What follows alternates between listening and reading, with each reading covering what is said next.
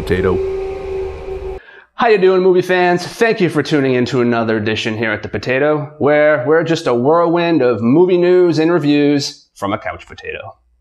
So, the film Wedding Crashers is a great comedy, and it's hard to believe it was released way back in 2005. In 2016, actress Isla Fisher, while promoting a new film, let it slip that New Line was developing a sequel. Since then, things have been pretty quiet, but recently it was reported that Rachel McAdams might be reuniting with Will Ferrell and Wedding Crashers director David Dobkin for a Netflix film called Eurovision. But not much is being said regarding if or when a Wedding Crashers 2 will actually happen. Still, while Wedding Crashers would probably just squeak into my top 10 list of favorite comedies, this is the kind of movie I hope doesn't get a sequel. This is why. Making a good sequel is hard enough, but making a good comedy sequel is even more difficult.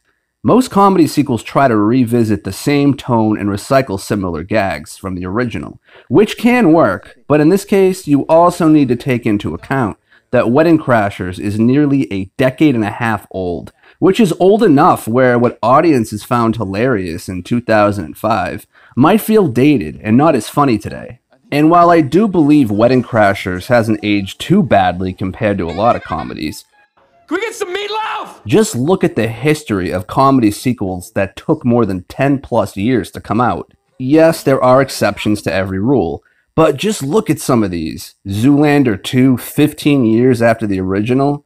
Dumb and Dumber 2, 20 years after the original. My Big Fat Greek Wedding 2, 14 years after the original. Oh, Blues Brothers 2000, 18 years after the original. And Trainspotting 2, 20 years after the original. None of these are that good. And I fear Wedding Crashers might suffer a similar fate.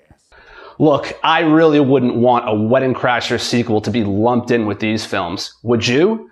And what would be a possible premise of this movie anyway? Are John and Jeremy going to be doing the same thing 15 years later?